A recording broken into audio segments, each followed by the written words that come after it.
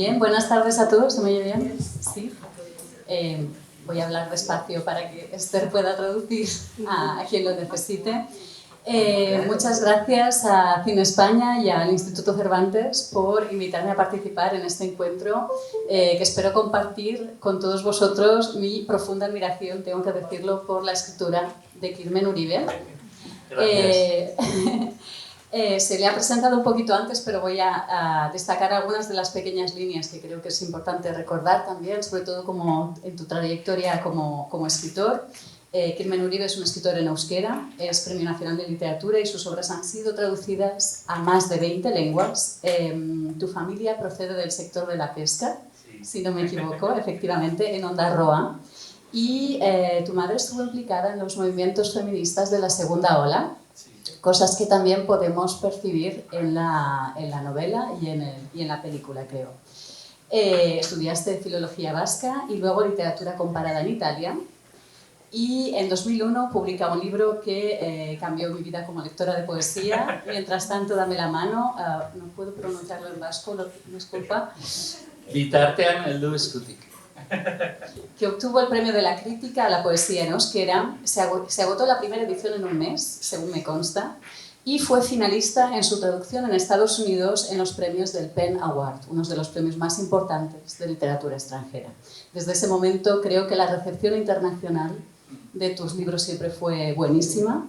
Y además, a raíz de la publicación en francés del poemario, colaboraste con el dramaturgo francés François Mouget. Sí, sí. Es verdad. Estuvo muy bien esa colaboración. Hicisteis un espectáculo. Sí. Con lo cual vemos que los libros de Kirmen suelen también adaptarse fácilmente a la escena o a las películas, con lo cual hay una conexión fácil con una difusión amplia en otros medios. Y en 2008 publicas tu novela Bilbao, Nueva York, Bilbao, que obtuvo el Premio Nacional de la Crítica en Euskera 2008 y el Premio Nacional de Literatura en 2009, ¿verdad? Hay bastantes conexiones, luego hablaremos del estilo, quizá, mientras tanto, con La hora de despertarnos juntos. En medio hubo la segunda novela, Lo que mueve el mundo, publicado por Seix Barral, en la cual también había esta nueva forma de búsqueda estilística. Y la última, La hora de despertarnos juntos, continúa en esta recuperación de vidas silenciadas para hacer ficción. Solo para terminar, antes de lanzar las preguntas, fuiste invitado del International Writing Program de Iowa, uno de los mejores programas de escritura creativa del mundo, y obtuviste la beca de creación del Cullman Center de la Biblioteca Pública de Nueva York, también uno de los mejores programas del mundo en escritura creativa. Y, si no me equivoco, desde ese año, desde que fuiste a la Biblioteca Pública de Nueva York, ya te quedaste en Nueva York, donde resides, y enseñas en el máster de escritura de la Universidad de Nueva York, lo cual es un maestro de escritores. Gracias. Bien, antes de que se enfríe el visionado de la película, me gustaría hablar un poquito contigo de cómo fue este proceso de, ya habías creado una obra de teatro, de un poemario, ahora crear una película de una novela bastante extensa que recorre la vida de esta familia, los Letamendi Urresti, cuya la novela explica muchísimos más aspectos, pero la selección que hace la película es extremadamente interesante y sintética, un poco como tu forma de escribir también, ¿no? Sí, bueno, la película viene... Bueno, buenas tardes, muchas gracias Cine España, muchas gracias Instituto Cervantes, la ciudad de Toulouse, por acogerme también. Gracias a ti. Y nada, bueno, ¿puedo contar una anécdota? Por supuesto, por supuesto. He conocido ahora mismo a Vida, ¿no? Una de las personas que han empujado este festival hacia adelante y también la vida cultural en Toulouse, en español. Y me he acordado de mi propio nombre, porque ella se llama Vida porque nació en la República y yo me llamo Kirmen. Entonces Kirmen era un nombre que cuando yo nací, aunque parece mentira, Franco vivía. Tengo mis años.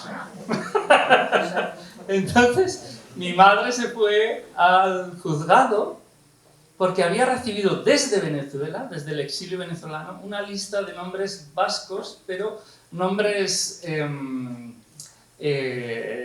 no religiosos, nombres paganos, eso, laicos, y uno de ellos era Kirmen. Entonces mi madre fue al juzgado y pues bueno, le preguntaron cómo se llama su hijo y Kirmen. Y le dije, no, eso no es un nombre. ¿Qué traducción tiene? No tiene traducción, es Kirmen, es así. Y el juez le dijo, bueno, pero ¿no le puede poner como un anejo como estilo Kirmen María? Para que cuele. Es una extensión que mejora el nombre, sí. Por supuesto. Para que cuele en Bilbao, ¿no? Ya en los juzgados. Y mi madre decía, no, pues no le ponemos nombre. Y mi madre dijo, pues no le ponemos nombre. Y estuve sin nombre. No lo sé. Pero estuve un tiempo sin nombre hasta que luego Franco se murió, etc. Y ya pude ser Kirmen a secas. La próxima novela podría llamarse Sin nombre hasta que murió Franco. Es un buen título. Directamente. Esto es algo que le sucede a uno de tus personajes también, a Ikerne, ¿no? A Ikerne, sí. Que le cambian el nombre. Le cambiaron el nombre. Bueno, la película... Esta historia de Carmelo Urresti y Txomile también, pero sobre todo Carmelo Urresti, me la contó mi madre. Esto que dicen que la historia la escriben los vencedores, pero la cuentan los perdedores, pues eso ocurrió en muchas casas. Entonces se contaba lo que había pasado en la guerra y lo que pasaba en la posguerra en las cocinas de las casas, no era algo público, no se podía decir, pero mi madre siempre me contaba la historia de Carmela. Me decía, wow, esta mujer tiene una historia enorme detrás, la tendrías que entrevistar, tendrías que estar con ella, pero nunca me atreví. Carmela murió y tuve que esperar hasta mi tercera novela para atreverme a contar esta gran historia, ¿no? Entonces empecé a entrevistar a los hijos, fui al Archivo Nacional de Cataluña, a todos los archivos del País Vasco, a Madrid, a Estados Unidos, y bueno, toda la labor archivística. Me entrevisté con muchos historiadores, gente que había vivido la época, y al final nació el libro. Y luego lo más bonito es como una historia que se vuelve a contar, ¿no? Es como estas historias orales, ¿no? A mí me cuenta la historia mi madre, luego yo escribo la novela. Y luego me encuentro un día con Asier Altuna, el director de Carmele, y me hace esta pregunta típica pues, que hoy hemos hecho, ¿no? ¿Qué estás haciendo? mucha gente me ha preguntado eso, ¿en qué estás? ¿No? Y yo le dije, wow, es una historia increíble de una mujer enfermera, el marido era un trompetista de jazz, que luego, bueno, se metieron en una embajada cultural por la República, se tuvieron que exiliar por los nazis a Venezuela, pero luego se meten a espías, etc. Y además, el padre, porque no podía pescar con su barco, ya no hago spoiling porque quemó su propio barco, ¿no? Porque no podía pescar, tenía la prohibición, ¿no? Y lo quemó, porque no soportaba ver su propio barco en tierra, pudrirse en tierra, ¿no? Entonces Asier me dijo, ¿qué? Tú escribes la novela y luego yo hago la película. Y así ha pasado. Han pasado muchísimos años ya, ¿no? Primero yo, todo el proceso de escritura de la novela, luego él la película, pero cumplió su palabra. Había una escritura paralela de la película en la mente, sí, mientras tú acababas la novela. Algo que es muy interesante, pequeño spoiler, siempre hago spoilers, ya me conocen en Toulouse. En los libros de Kirmen Uribe asistimos al proceso de creación y de investigación. Es decir, hay una honestidad brutal en cómo recibes el conocimiento y cómo investigas, cómo hablas con las personas. Esto es algo que es bastante característico y te quería preguntar un poco cómo te sentiste a la hora de reescribir esta historia. Es decir, ¿qué margen tiene un escritor cuando se habla de una historia que te han transmitido pero que es real? En este sentido. Sí, bueno, yo he aprendido mucho de la literatura francesa, en este caso, de autores como Emmanuel Carrère, ¿no? Por ejemplo, o Javier Cercas, que también han escrito novelas de no ficción, ¿no? Entonces, o autora maravillosa mexicana, Elena Poniatowska, es increíble, ya conocía, o Bolaño, el propio Roberto Bolaño, ¿no? Hacían ficción con personas reales. Entonces, lo que no quiere decir es que no haya ficción, ¿no? Se les llama novelas de no ficción, pero en realidad hay ficción, porque si no la novela no se sostiene. Y con esta novela que está llena de datos, de informes jurídicos, etc., la gente llora, porque está también llena de emoción, ¿no? Entonces, uno ha de ser honesto, no inventarse cosas, porque estás hablando de gente que ha vivido, que uno ha conocido, pero te queda eso que siempre se ha hecho en las casas, ¿no? Yo, cuando era pequeño, me contaban historias del abuelo, del tatarabuelo, bueno, sobre todo eran mujeres, de la abuela, la tatarabuela, una que se fue a América, otra que se vino a Francia, ¿no? Eran personas reales. Pero yo cuando escuchaba estas historias me parecían maravillosas, decía, ¡wow! ¿No? Estaban hablando de personas de la familia que habían emigrado, que habían sufrido la guerra, la persecución, etc. Y a mí me parecían historias de fábula, ¿no? Entonces yo lo que hago en la novela es eso, ¿no? Al final hay muchos datos, uno conoce a los personajes, conoce sus vicisitudes, su biografía, pero no conoce lo que esos personajes hacían en el día a día. Hay que construir escenas, ¿no? Y tenéis que imaginar, ¿qué haría Carmela en esta situación? ¿Qué haría Txomin en esta situación? ¿Cómo hablaría?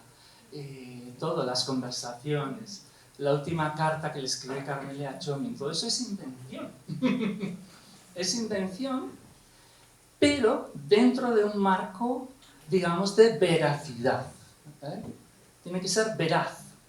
Lo que uno cuenta debe ser veraz, debe ser creíble, ¿no? Pero siempre hay un momento para la ficción, en las escenas, en los diálogos, en los pensamientos de los personajes que uno ha de inventarse, ¿no? Porque al final las personas reales en un libro son personajes siempre y actúan como personajes, si no la ficción no se sostiene. Y luego cuando vemos la película, esos personajes que tú has escrito y que has ideado se plasman además de otra manera, ¿no? Hay una diferencia o a lo mejor hay una afirmación más clara de algunos aspectos, sobre todo de Carmele, ¿no? En la pantalla quizá cambia un poquito el personaje de la forma que tú lo habías imaginado. No, pero es una adaptación muy buena. O sea, a mí me encanta la adaptación, la lectura que ha hecho Asier y los actores, ¿no? La actriz Jonela Spear lo hace súper bien. Ella contaba ayer en Madrid que se acordaba mucho de su abuela, ¿no? Entonces, para ella, Carmela era su abuela y actuaba como ella, ¿no? Entonces, ella también iba a la realidad para construir un personaje, ¿no? Para que ese personaje fuera creíble al final. Y ahí, bueno, la novela, a mí la obsesión que tenía con la novela era, bueno, también hay muchos autores, ¿no? Que tratamos, un poco que transitamos entre el ensayo y la novela, ¿no? La crítica ha dicho que esta novela es una docu-novela, ¿no? Entonces estaba obsesionado con los informes policiales, con el proceso de los nombres de ciudades, las fechas. Sí, todo. Quería que el lector se inundara o la lectora se inundara de realidad, ¿no? Y que supiese realmente que las personas de las que estaba hablando habían vivido de verdad, ¿no? Pero así es lo que ha hecho, porque en una novela tú puedes contar cualquier cosa y puedes viajar a cualquier país.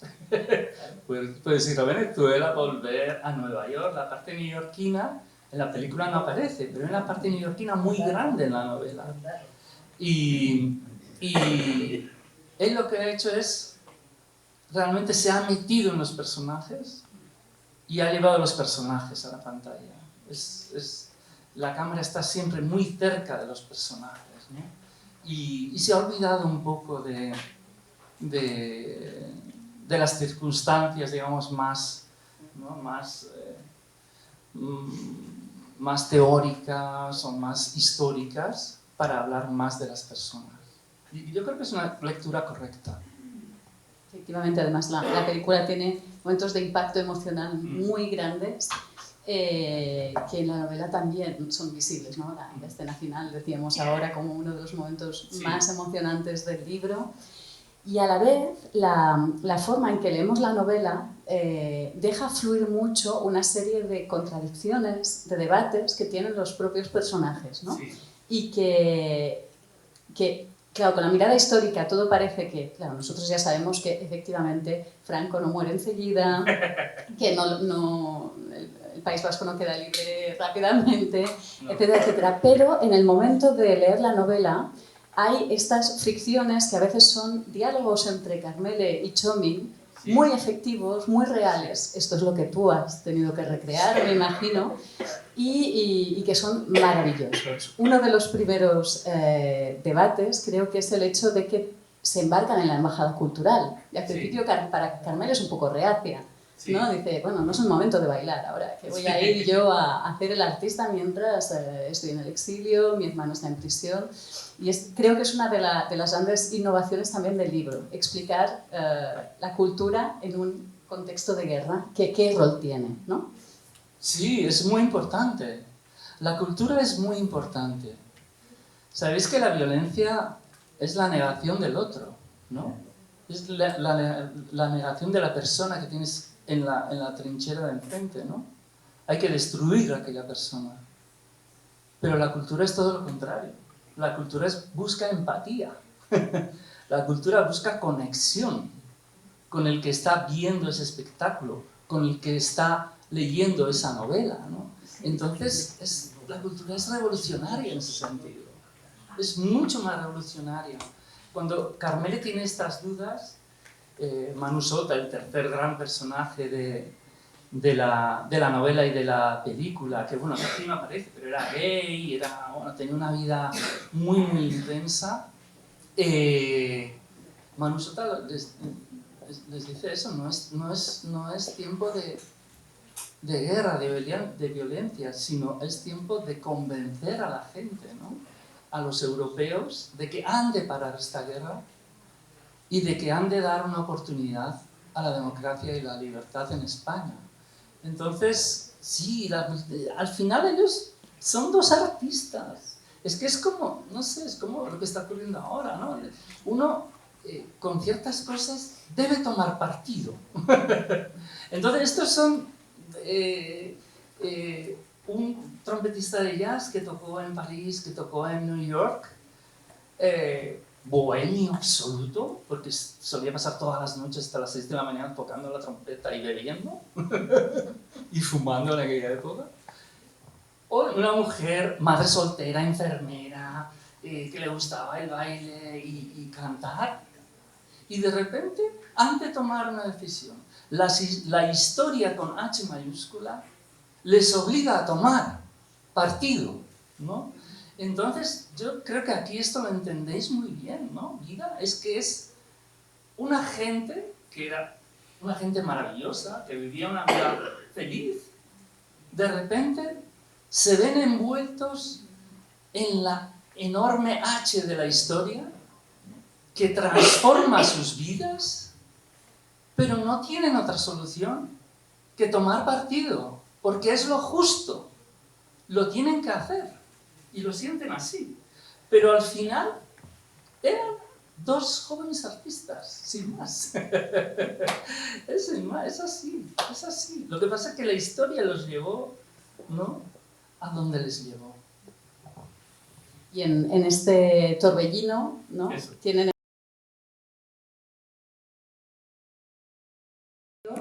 para seguir también convenciendo justamente de esta otra edad, ¿no?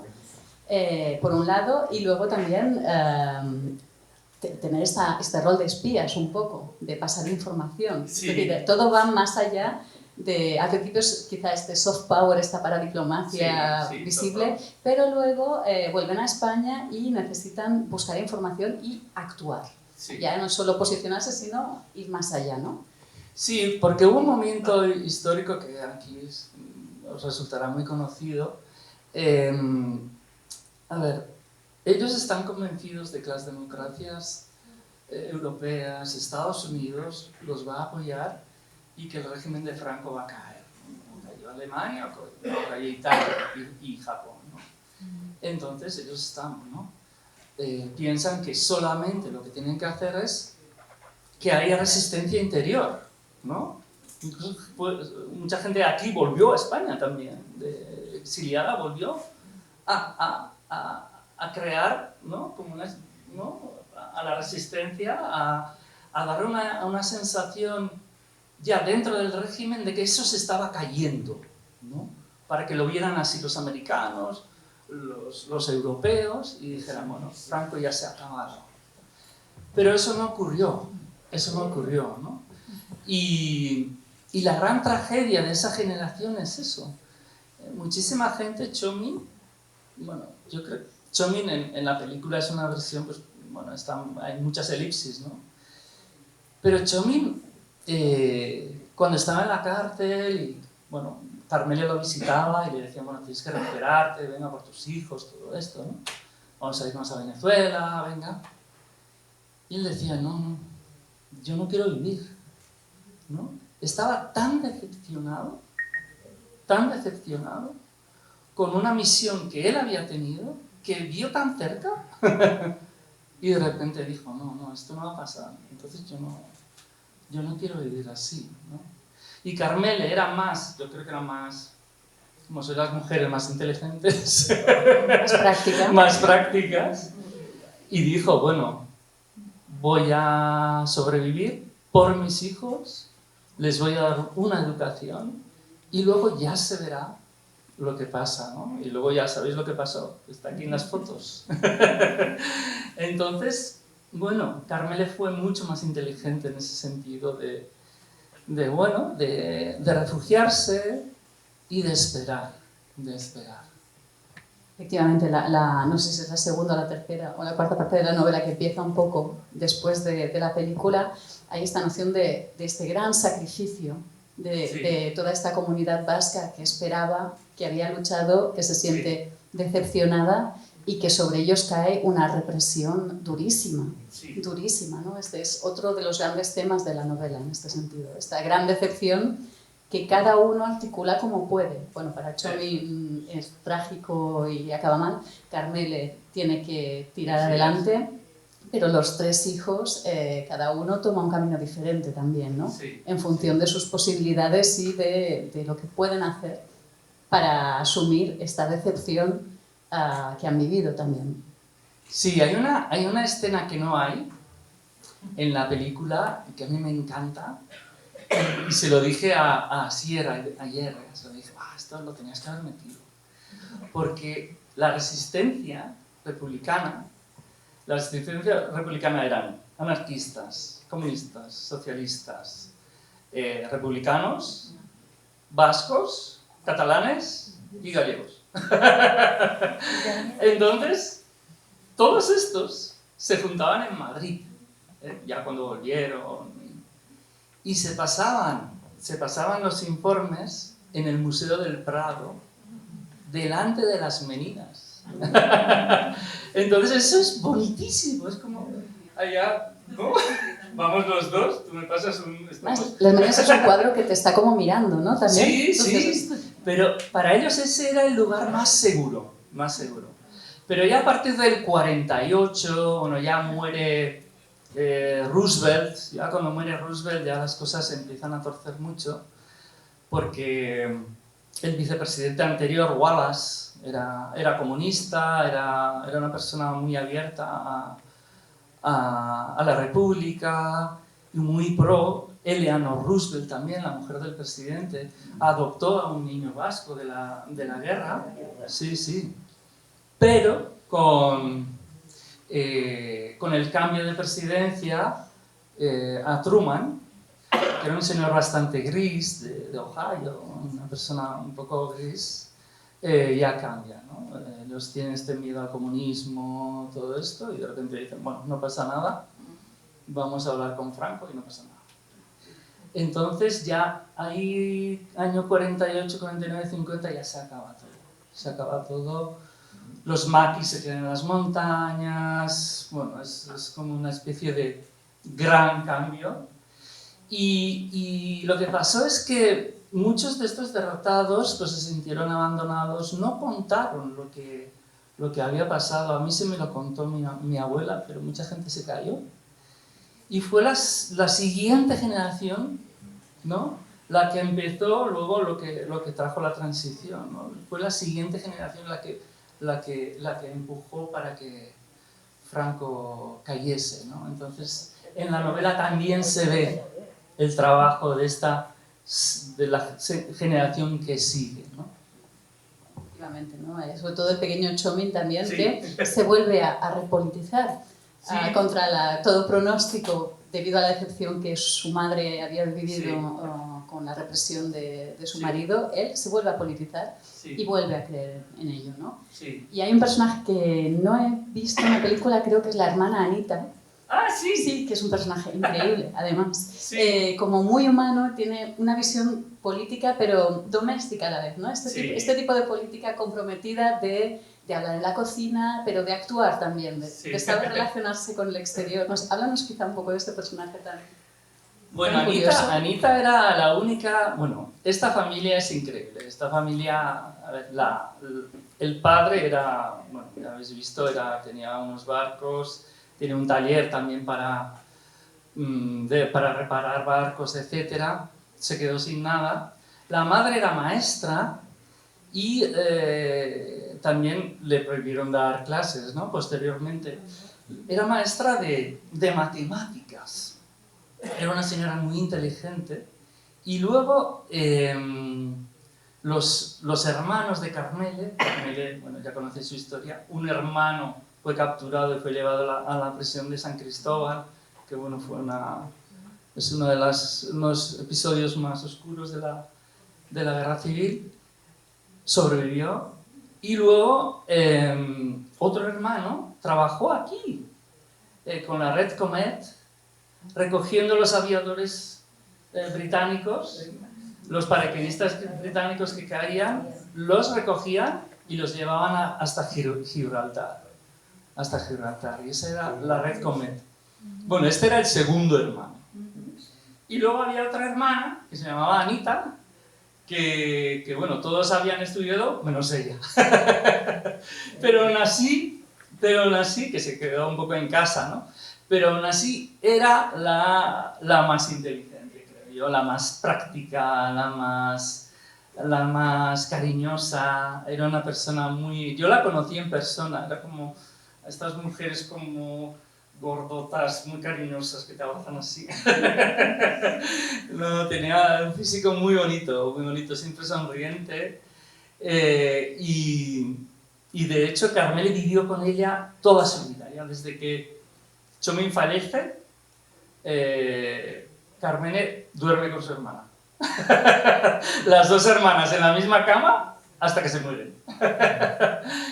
Y sí, es un personaje muy bonito y que miraba más a la familia y era muy, muy pacifista, no le gustaba la violencia. También relativizaba un poco la política, le decía, bueno, a ver, lo primero es la familia y luego lo primero son las personas y luego la ideología. Y sí, es un personaje que que sirve un poco de contraste con personajes como Chomin tan convencidos.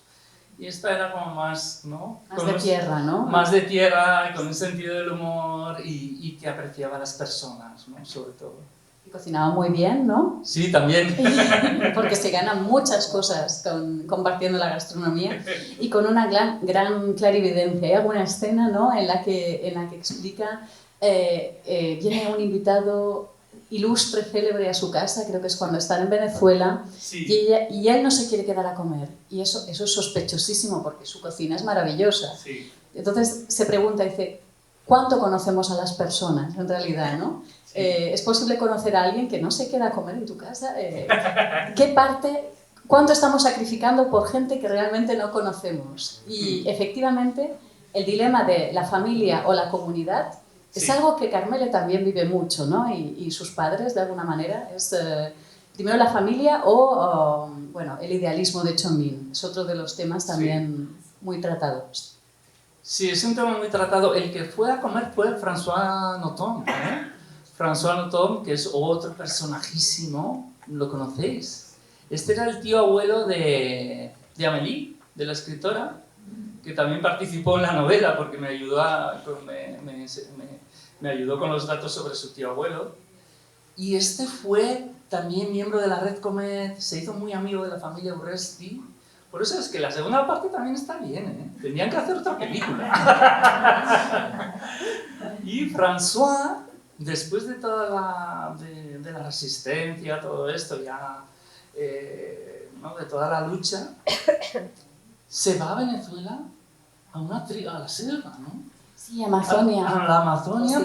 porque quiere vivir con los nativos del lugar, pasa de la vida, digamos, civilizada occidental y quiere otra vida. Era un personaje increíble también.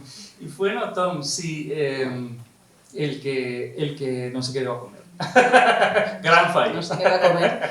Y esto Pero inteligencia doméstica, ¿no? Sí, sí, sí. Pero esta tensión entre política, familia, personas, yo la he vivido yo personalmente, ¿no? Entonces, soy más yo en eso, ¿no? Es Kirmen el que está pensando, ¿no? Está haciendo una lectura ética de todo lo que ha pasado y yo siempre pienso que hay un nexo entre personas, ¿no? Que hay que establecer puentes entre personas, que hay que escuchar, que hay que tratar de entender al otro, ¿no? Siempre ponerse en sus zapatos, ¿no? Se dice en México, es muy bonito. Y sí, creo que la empatía es lo más importante en la vida. Si no recuerdo mal, es Anita, uno de los primeros personajes que también reflexiona sobre los primeros atentados de ETA. Porque el libro también llega a estos dilemas de los partidos nacionalistas vascos y luego también la lucha, incluso la lucha armada y este dilema. Sí, porque la generación de Chomin se mete en la resistencia antifranquista y luego ya empieza, en un momento dado empieza también la violencia y ellos poco a poco lo van dejando, ¿no? Se dicen, bueno, nosotros por este camino no queremos ir, ¿no?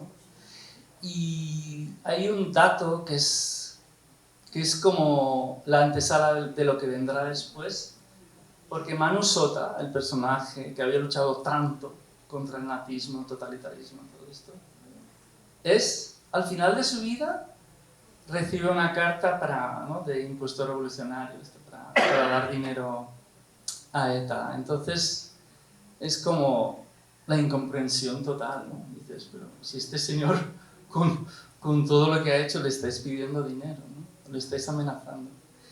Y sí, la novela acaba como delante del abismo, ¿no? Delante de lo que luego pasó, ¿no? Que es ya más conocido, ¿no? Yo quería contar más, no los años 80, los 90, 2000 muy duros. Quería contar todo lo que pasó antes, Sí. Me interesaba mucho más.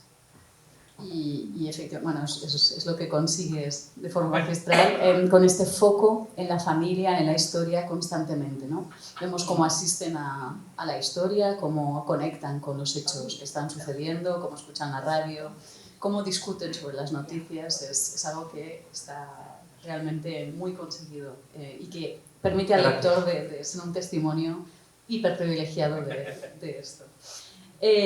Antes de pasar la palabra al público, porque yo creo que también tendrán ganas de preguntar, yo no podía irme sin preguntarte, ¿qué consejo darías a un escritor que está empezando a documentarse sobre una historia real? Primero, ser honesto. Hay que ser honestos siempre y... Me gusta esto que has dicho, ¿no? No sé, de no buscar trucos, ¿no? De no buscar efectos, no tratar de buscar el éxito, ¿no? Como efectismo fácil, sino contar historias silenciadas, pensar que cualquier persona tiene una buena historia detrás y que una historia de una persona puede iluminar la historia de un país, ¿no? O de una época. Entonces,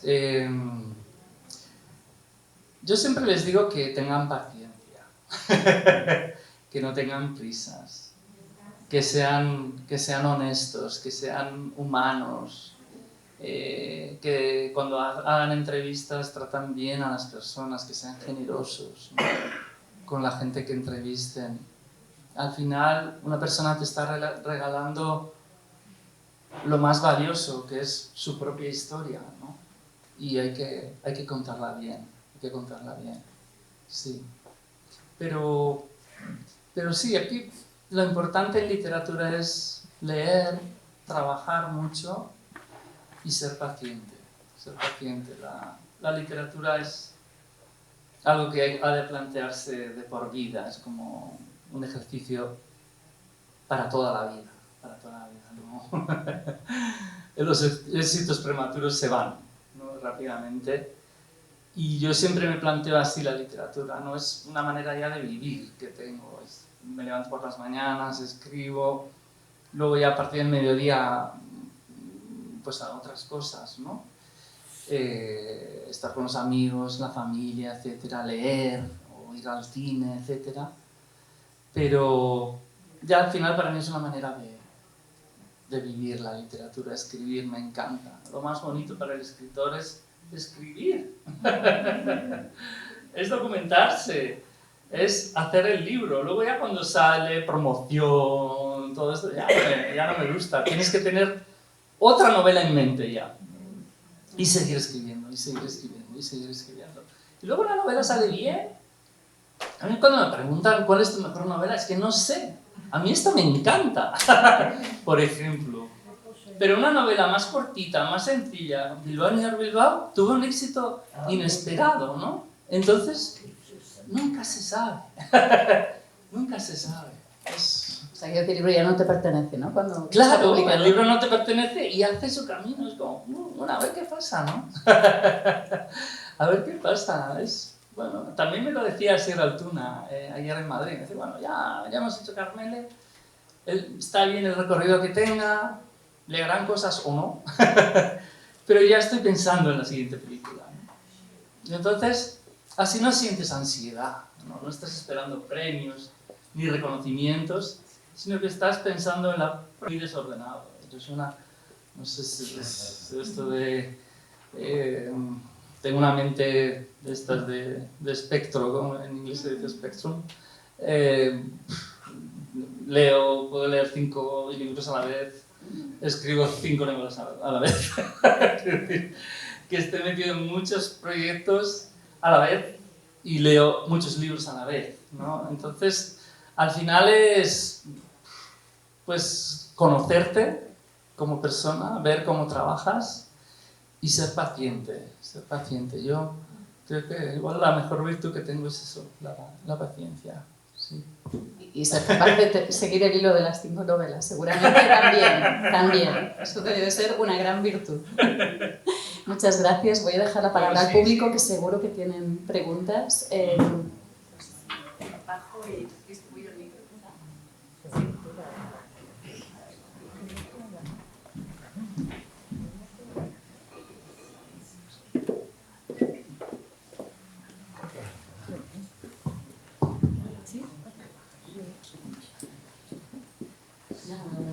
Je vais m'exprimer en français.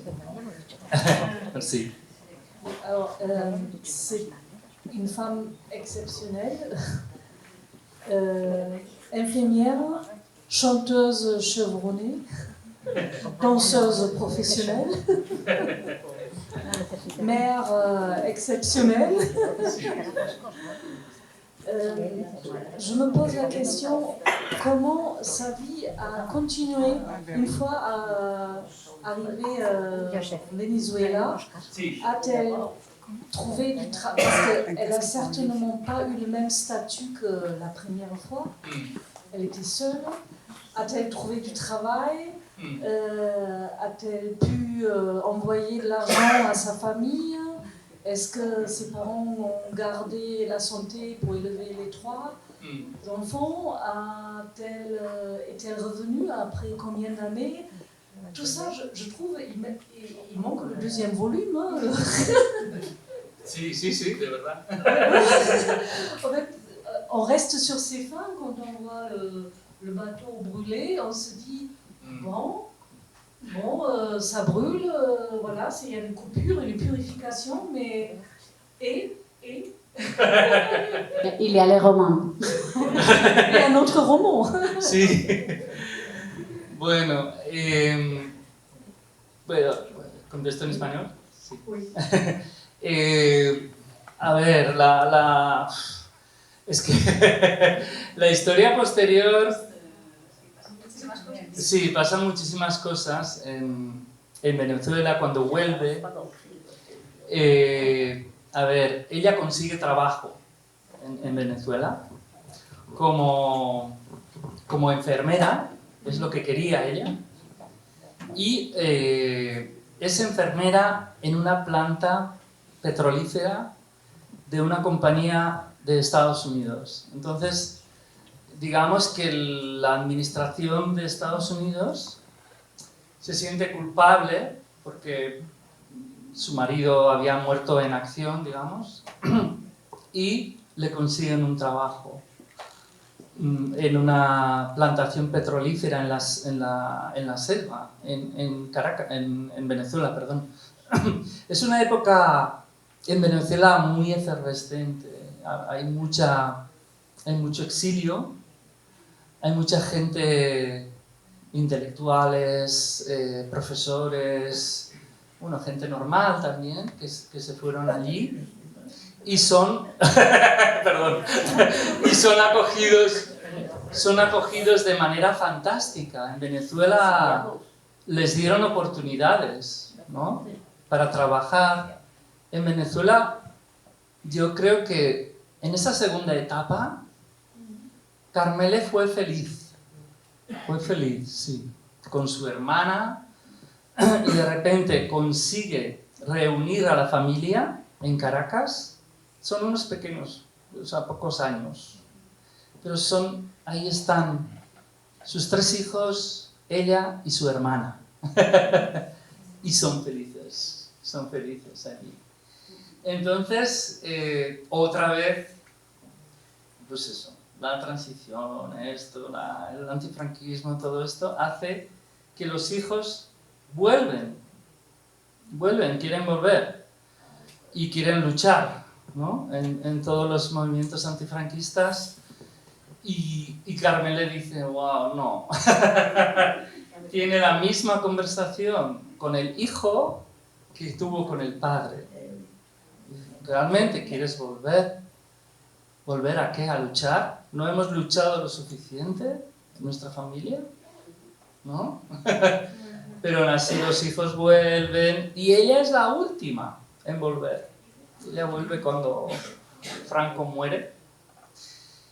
Y vuelve, y cuando vuelve, es curioso, porque va al pueblo. No va a Bilbao, donde vivían, va al pueblo, y ahí se siente cómoda. Una mujer con tanta vida va a un pequeño pueblo, a su pueblo natal, y allí se siente cómoda.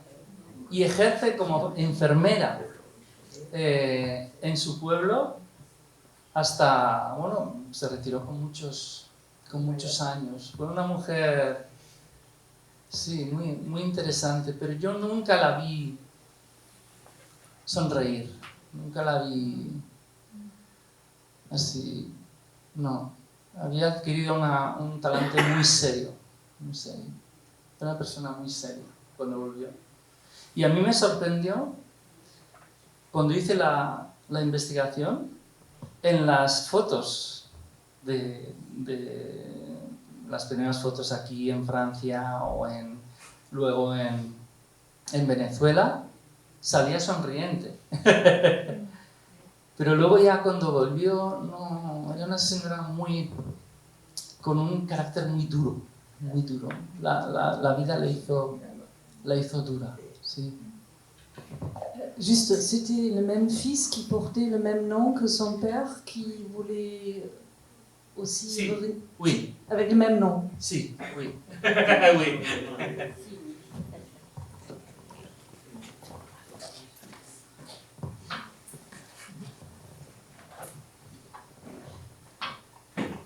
Bueno, lo primero, muchas gracias al Instituto Cervantes y a Cine España y a Asier por esta película, pero mil gracias a ti.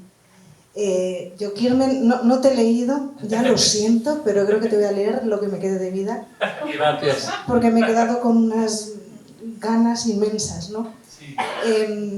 De la película decir que cada uno de los planos me ha parecido una joya, una obra de arte. Sí. Es decir, Sí. no te he leído, pero desde luego lo que han hecho con la película es maravilloso.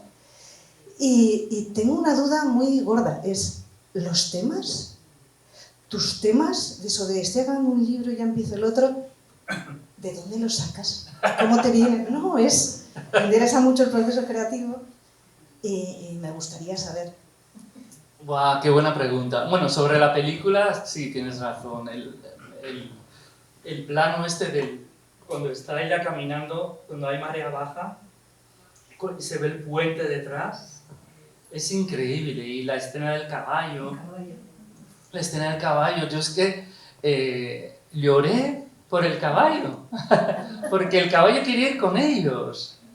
Es bonito eso, es increíble. Corre, porque quiere irse con ellos, ¿no? Y el plano de la mujer caminando sobre el mar, sí, y bueno, los bailes, el coro, sí, hay planos maravillosos. Yo creo que, me decía Asier, ¿no? Que es la primera película que ha hecho sin prisas. Sí, que se ha tomado su tiempo, poco a poco, para ir plano a plano, hacer mucha escritura de guión, muchas versiones de guión, luego preparar todo con muchos ensayos, con los actores, con los bailarines, con los músicos, y luego grabar, ¿no? Entonces no ha tenido ninguna prisa en hacer la película y eso se nota, sí, eso se nota. Yo vi el primer montaje, es más larga, lo que grabó era mucho más. Pero al final me gusta cómo ha quedado, con estas elipsis, ¿no? Que bueno, uno tiene que meterse en la película para completarla, ¿no? Es bonito eso. No se cuenta todo, sino que, ¿qué ocurre en Venezuela? Bueno, uno se tiene que imaginar que están espiando al embajador, ¿no? Y a los alemanes. No hay ninguna escena de eso, pero tú te tienes que imaginar lo que están haciendo, ¿no? Y bueno, y respecto a las historias, bueno, a mí me gustan las historias de marginales, siempre. Yo soy muy social, me encanta. Desde pequeño me encanta lo social. A ver, mi familia es muy peculiar, mi madre era feminista, su cuadrilla de amigas eran todas muy modernas, eran mayo 68istas, ¿no? Y digamos ¿no? esa manera de ser progresista, pero también un poco loca, ¿no? Del mayo del 68, lo tenía mi madre y lo sigue teniendo, es como muy loca, ¿no? Quiere cambiar el mundo pero con humor. Entonces, y con imaginación. Y yo era una especie de, y mis amigos, una especie de experimento, ¿no? Porque éramos como, la familia no existe. Ah, vale, no existe, ok. No, todas somos una familia, todas las amigas somos tus madres. Vale. Entonces, ya sabéis, ¿no? Los 70, 80, como muy hippie y todo. Pero bueno, así salí. y bueno, y siempre me he sentido, bueno, luego viví el tema de, luego en los 80, 90, el tema del SIDA, también lo viví muy de cerca. El tema de la inmigración también lo he vivido de cerca, bueno, muchos temas, la igualdad, etc.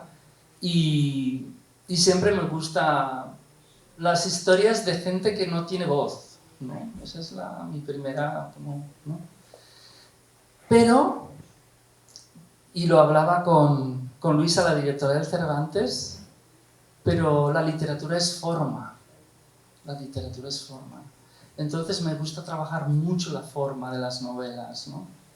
Que no tengan una forma convencional, sino hacer una búsqueda de formas más originales, ¿no? Por ejemplo, Bilbao y Bilbao está basado un poco en internet, en cómo nos comunicamos en las redes sociales, con estos, ¿no?, mensajes tan cortos, esta fragmentariedad que hay ahora. Eso lo trabajé en Bilbao y Bilbao. La segunda novela es como una biografía enmascarada, ¿no? Porque me baso en una vida real de una niña de la guerra que viene aquí a Francia y luego a Bélgica, pues para contar la relación que tenía yo con mi mejor amigo, ¿no? Es al final una historia de amistad. La tercera es como una docu-novela y la cuarta novela es una novela contada por diferentes perspectivas. La primera parte soy yo, es la novela que estoy escribiendo y que no acabo. La segunda parte es mi mujer, Nerea, que escribe una carta larguísima durante la pandemia a una amiga que no ve desde hace mucho tiempo, y ella es la que completa la novela y me ve desde fuera. Es algo muy loco, porque yo me imagino a mi mujer como piensa ella de mí. Y es un ejercicio muy de nueva masculinidad, ¿no?, que tenemos que hacer, de cómo nos ven desde fuera las mujeres, ¿no? Yo creo que tenemos que hacer ese ejercicio los varones. Y luego la tercera parte es un vídeo de TikTok que graban mis hijos, ¿no? Pero todo es inventado, o sea, no son reales, todo es inventado. Entonces, como veis, pues me gustan las historias, pero también las historias de gente silenciada, gente luchadora. Sí, ¿por qué no? Me gusta la gente rebelde. Y la gente que vive un poco al margen, ¿no?, de la sociedad. Siempre me ha interesado. Y luego, pues eso, la forma literaria. Ser valientes con la forma. Eso también se lo digo a los estudiantes. No hagáis novelas que ya están escritas. Ya lo están. Estas novelas ya están escritas. No repitáis ese modelo, ¿no? Inventar otras formas de narrar, ¿no? No sé. Entonces, sí, siempre les empujo a que sean valientes con la forma también. Sí.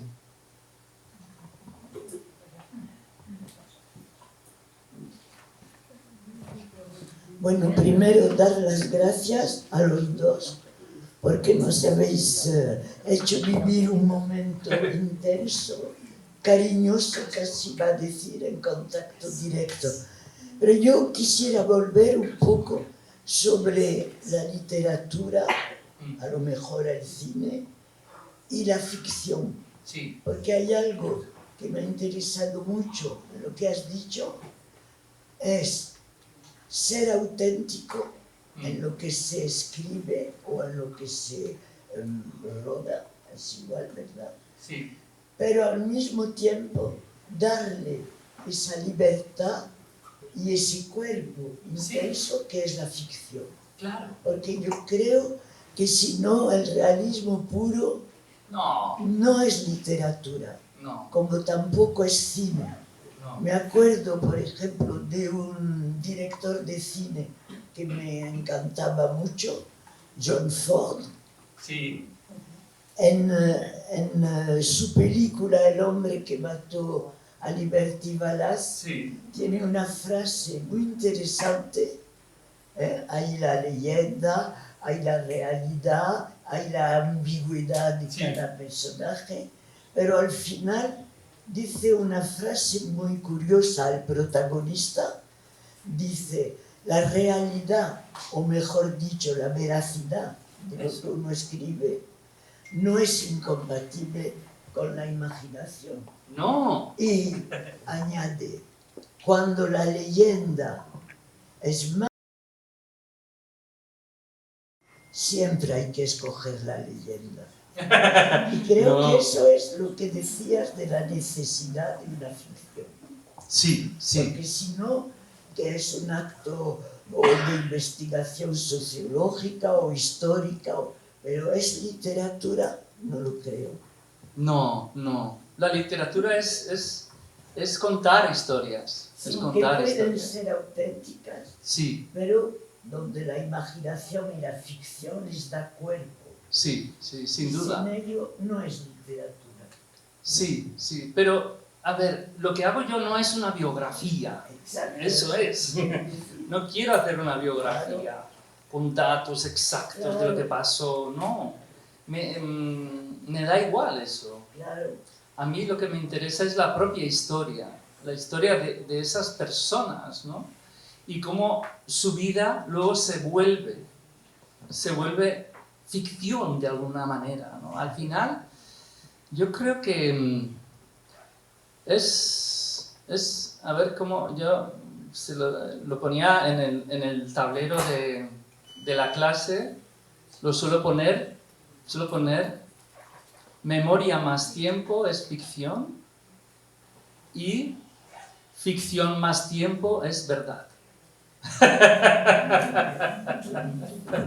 Es lo que les pongo, ¿no? Al final, las historias se recuerdan porque son historias, ¿no? Entonces, ¿qué es lo que nos acordamos de las personas, por ejemplo, ¿no?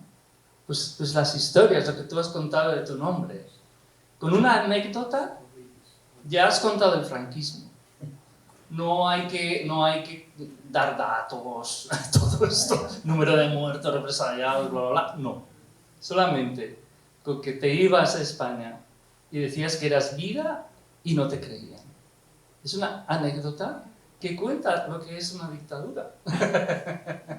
Entonces, al final, las historias resuelven muchas cosas. Con una anécdota, con una historia, cuentas todo un proceso histórico. Y es lo que queda, la gente se acuerda de estas cosas. Se acuerda de estas cosas más que con los datos y todo esto, ¿no? Los datos son libros de historia, no Sí, es literatura. Eso es.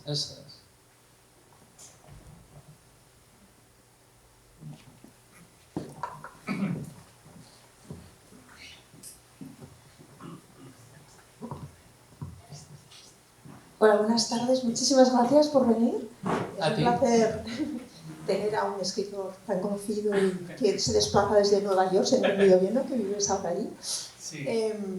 Y me hace mucha ilusión también porque yo soy de Vitoria y no hablo bien euskera, pero me gusta escuchar esta lengua tan desconocida pero tan bonita. Y tenía dos preguntas, una sobre la música, porque está muy presente, sobre todo al principio, los coros, vibraba, o sea, era como...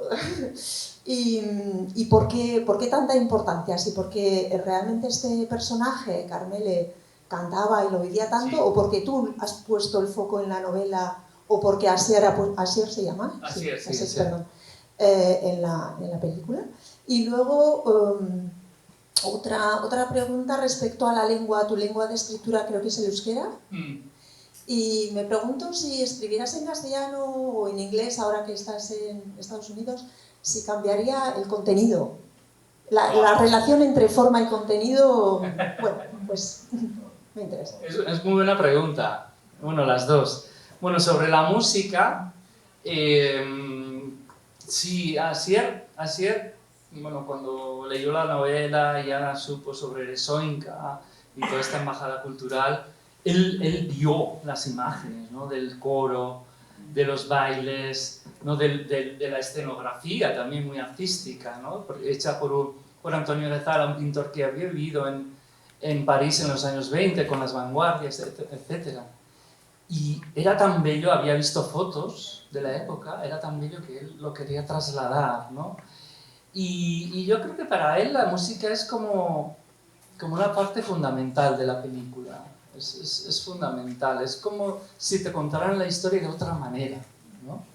Y por eso hay mucha música, pero no solamente vasca, ¿eh? Eso también es muy bonito. Hay coros vascos, bailes vascos, hay un cantante vasco cuando ellos se enamoran, con una voz muy peculiar, pero cantando una canción tradicional, pero luego hay jazz y hay música latina, ¿no?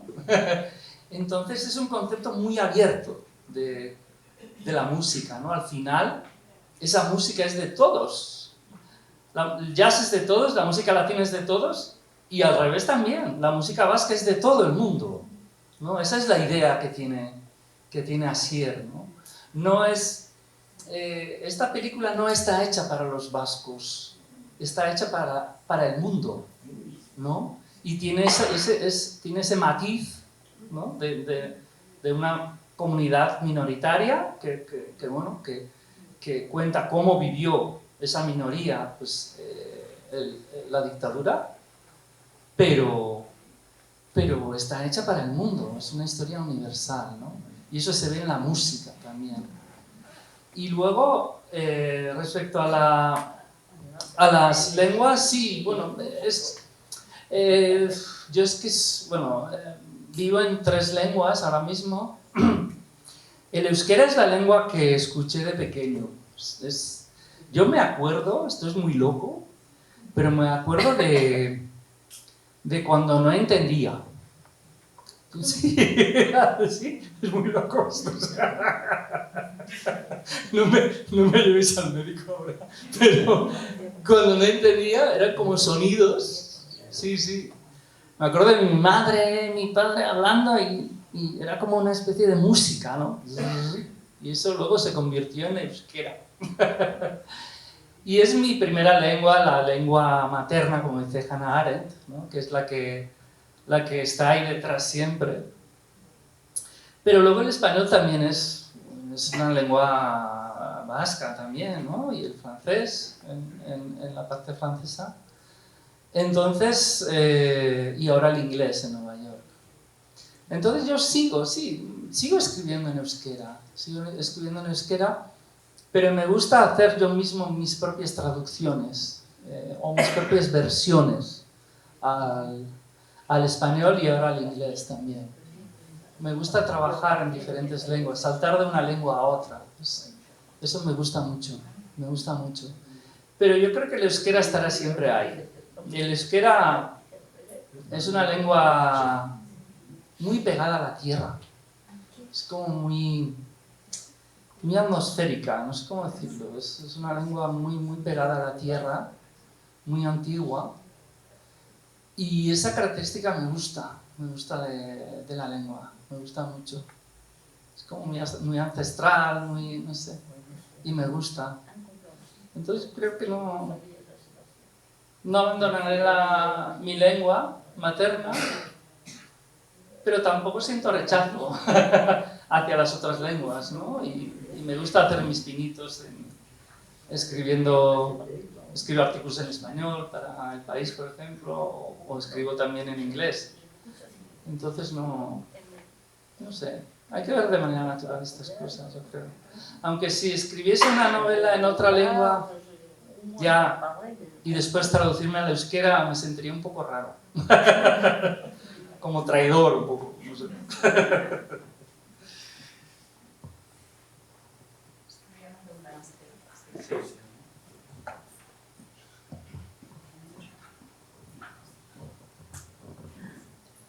Bonsoir.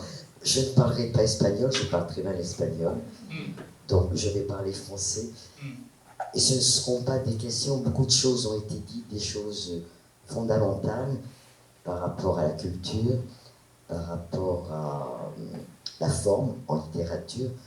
Je suis, comme vous, quelqu'un qui lit 5 bouquins à la fois, qui s'intéresse à 10 sujets en même temps. Donc je comprends que vous puissiez voyager de l'un à l'autre. Et surtout les ponts que la culture, effectivement, permet entre les personnes et les peuples. Je voulais surtout que vous disiez au metteur en scène ou au réalisateur, je ne sais pas quel est le bon terme, à quel point la beauté de son film, de la photo notamment, rend hommage aux personnes dont vous parlez dans le livre, mais dont il parle lui aussi, à tous ces gens qui ont résisté. C'est une beauté qui n'est pas là uniquement pour l'esthétique. C'est infiniment touchant. Et je voulais vous remercier aussi, l'un et l'autre, justement de mettre à notre portée cette langue basque. À Toulouse, on entend parler espagnol. L'Espagne est à Toulouse depuis longtemps, et c'est un bonheur. Mais le basque beaucoup plus rarement. Et c'est une très belle occasion. Effectivement, ces gens qui ont voyagé, parce qu'ils ont dû s'exiler, ou avoir des conditions de vie très dures, puisqu'ils chassaient la baleine, un chant le rappelle d'ailleurs dans le film, et qu'on puisse entendre cette langue qui a voyagé partout. C'est un cadeau que vous nous faites également. Et enfin, je voulais remercier ici en Espagne, à l'Instituto, que ce film soit là, parce que des œuvres d'une telle qualité sont rares. Et j'ai été très, très, très bouleversé par cette vision. Merci à vous tous. Merci. Bueno, ¿quieres decir algo? Sí, pero porque ya acabamos. sí, pero bueno, pero ahora haciéndole lo que he dicho.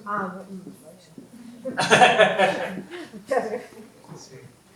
Muchas gracias a usted primero por estar aquí y sobre todo porque haya apreciado que la película fuera en euskera y haya apreciado el trabajo que hacemos en el Instituto Cervantes porque se oigan las otras lenguas del Estado español y porque haya estado usted, que le haya gustado la película y que le haya gustado estar con Kirchner aquí. Muchas gracias. Sí, gracias. Gracias por sus palabras y gracias por tener la mente tan abierta, ¿no? Y esa sensibilidad por lo diferente, por lo diverso, ¿no? Que al final de eso se trata, ¿no? Yo veo mi lengua como algo que yo puedo aportar al mundo. No lo veo de manera... Yo es que no soy nada posesivo con nada. Entonces, ni con las personas ni con el dinero. y tampoco con la lengua, ¿no? Y creo que el euskera es, bueno, pues es como una especie de ave, de pájaro silvestre que tiene una canción diferente, ¿no? Y esa canción hace que el mundo sea más diverso, más colorido, más sostenible. Entonces yo lo veo un poco así, ¿no? De al final aportar algo diferente, aportar un matiz. Gracias. Merci.